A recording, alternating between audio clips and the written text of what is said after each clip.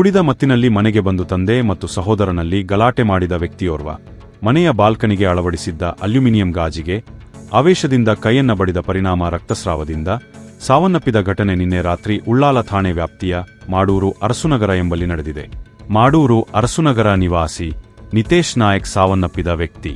ನಿತೇಶ್ ಅವರು ತಂದೆ ಸತೀಶ್ ನಾಯಕ್ ಮತ್ತು ಸಹೋದರ ದುರ್ಗೇಶ್ ಜೊತೆ ಮಾಡೂರು ಅರಸುನಗರದಲ್ಲಿ ವಾಸವಾಗಿದ್ದು, ತಂದೆ ಮತ್ತು ಮಕ್ಕಳು ಕರಿದ ತಿಂಡಿ ತಿನಿಸುಗಳನ್ನು ತಯಾರಿಸಿ ಅಂಗಡಿಗಳಿಗೆ ವಿತರಿಸುವ ಉದ್ಯಮ ನಡೆಸುತ್ತಿದ್ದರು.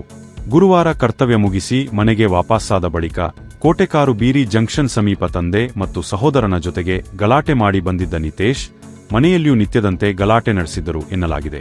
ಈ ವೇಳೆ ಕೋಪದಿಂದ ಮನೆಯ ಶೋಕೇಸ್ನ ಗಾಜನ್ನು ಒಡೆದಿದ್ದು, ಈ ವೇಳೆ ಕೈಯ ನರಕ್ಕೆ ಗಾಯವಾಗಿ ತೀವ್ರ ರಕ್ತಸ್ರಾವದಿಂದ ಮೃತಪಟ್ಟಿದ್ದಾರೆ ಎಂದು ತಿಳಿದುಬಂದಿದೆ. ಮೃತರ ತಾಯಿ ನೀಡಿದ ದೂರಿನಂತೆ ಉಳ್ಳಾಲ ಪೊಲೀಸ್ ಠಾಣೆಯಲ್ಲಿ ಪ್ರಕರಣ ದಾಖಲಾಗಿದೆ.